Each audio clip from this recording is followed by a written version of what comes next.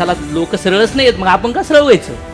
म्हणून मी कमवून राहिलो. ज्या जमिनीसाठी रक्तबंबाळ होतात, तुकडे होतात, कोर्ट केसेस लढतात, त्या जमिनी तिथंच असतात.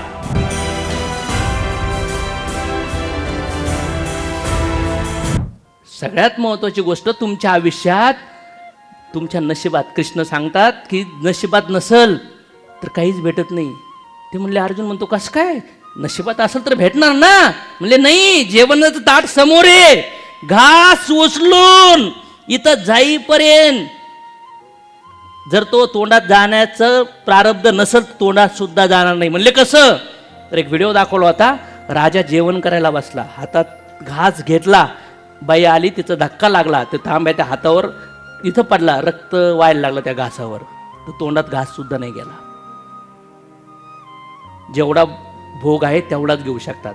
मग 50 लाख कमवा, नाही तर 5 कोटी कमवा, नाही तर 1000 कोटी कमवा, तेवढाच घ्यावा लागेल. मी एक किस्सा ऐकला होता. एक मोठे डॉक्टर्स आहेत, त्यांचा एक मित्र होता. तो मित्र अनइथिकली प्रॅक्टिस करत होता, म्हणजे चुकीच्या मार्गाने पैसा कमवायचा. आणि त्याचा मित्र ते यायचा त्याचे डोळे बिळे दाखवायला, म्हणायचं अरे असं करू नको, असं करू नको. तर तो काय म्हणायचं माहिती आहे का डॉक्टरला? तुम्ही येडे आहेत, तुम्ही भोळे आहेत, या जगात असंच चालतं, या जगात असेच लोक आहेत, सगळे दुनियादारीची साला लोक सरळच नाही येत, मग आपण का सरळ व्हायचं? म्हणून मी कमवून राहिलो, घेऊन राहिलो मी लाच, मी करू राहिलो टॅबला खोलून डिलिंग. आणि म्हणले 50 वर्ष तो लय भारी जिंदगी जगला, पण आत्ता त्याला डायबिटीज झाला आहे, त्याला इंजेक्शन घ्यावं लागतं, त्याच्या अंगाचा वास यायला लागला, त्याची पोरं त्याच्याजवळ येत नाही, त्याची बायको जवळ येत नाही. मग जर चुकीच्या मार्गाने गोळा करून तुम्ही 1000-2000 जरी कोटवले, तर घरात कोणीतरी पडलंय, कुठंतरी पॅरालिसिस झाला आहे, कुठंतरी अपंग झाला आहे, कुठं कॅन्सर झाला आहे, त्या 1000 कोटीचा भोग कोणीच घेणार नाही. ज्या जमिनीसाठी रक्तबंबाळ होतात, तुकडे होतात, कोर्ट केसेस लढतात, त्या जमिनी तिथंच असतात. ते झाडं, ते सूरज, ते साक्षीदार असतात त्या जमिनीच्या तुकड्यावर. राईट और रॉंग? फक्त भांडण अज्ञानपणामुळे त्या बांधासाठी भांडणारे लोक येतात आणि जातात.